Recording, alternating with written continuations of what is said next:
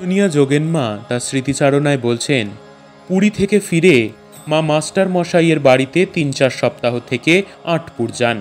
সঙ্গে বাবুরাম, নরেন, মাস্টার মশাই, সান্যাল আরও সব ছিলেন।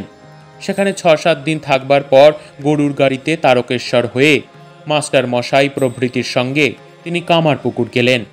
কামারপুকুরে প্রায় ১ বছর থেকে দোলের আগে মা পুনরায় কলকাতায় আসেন এবং মাস্টার মশাইয়ের কম্বলিয়া টলার বাড়িতে মাসখানেক থাকেন। তারপর বলরামবাবুর শেষ অসুখের সময় তাহার দেহত্যাগ কাল পর্যন্ত তিনি বলরামবাবুর বাড়িতে ছিলেন।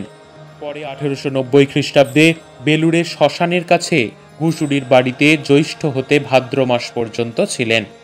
সেখানে মায়ের রক্ত আমাশয় হওয়ায় বরানগরের সৌরীন্দ্রমোহন ঠাকুরের ভাড়াটিয়া বাড়িতে মাকে রেখে চিকিৎসা করানো হয়।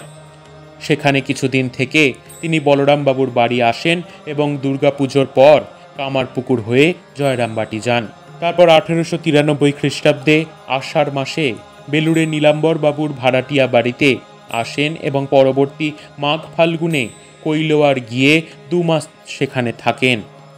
কৈলোয়ার থেকে তাহার মাতা ও ভাইদের সাথে মা পুনরায় কাশী বৃন্দাবন গেছিলেন। সেখান থেকে ফিরে মাস্টার মশাইয়ের কলুটোলার বাড়িতে প্রায় ১ মাস ছিলেন। তারপর দেশে যান। এবার দেশ থেকে ফিরে বাগবাজার গঙ্গার ধারের গুদামওয়ালা বাড়িতে প্রায় ৫-৬ মাস ছিলেন। এই বাড়িতে নাগ মহাশয় মাকে দর্শন করেন। পুনরায় দেশে গিয়ে প্রায় ১.৫ বছর পরে মা ফিরে এসে গিরিশবাবুর বাড়ির সামনের বাড়িতে থাকেন। এই বাড়িতেই নিবেদিতা মায়ের সাথে প্রায় ৩ সপ্তাহ বাস করেছিলেন। তারপর গিরিশবাবুর বাড়ির নিকটে ১৬ নম্বর বোসপাড়া লেনে, যেখানে নিবেদিতা প্রথম স্কুল করেছিলেন, সেই বাড়িতে মা ছিলেন। ইহার পর বাগবাজার স্ট্রিটের বাড়িতে রামকৃষ্ণ লেনের সম্মুখে মা থাকেন। সেখানে শরৎ মহারাজ ছিলেন। তারপর মা দেশে যান। পুনরায় গিরিশবাবুর বাড়ির দুর্গাপুজো উপলক্ষে কলকাতায় এসে বলরামবাবুর বাড়িতে ছিলেন। দেশে ম্যালেরিয়ায় ভুগে মা তখন খুব রোগা হয়ে গিয়েছিলেন। পরে আবার দেশে গিয়ে উদ্বোধনের নতুন বাড়ি হলে সেখানে এসেছিলেন।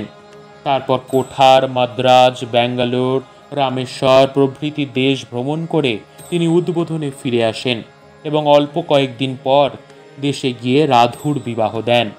প্রায় ১ বছর পর জয়রামবাটি থেকে কলকাতায় উদ্বোধনে এসেছিলেন।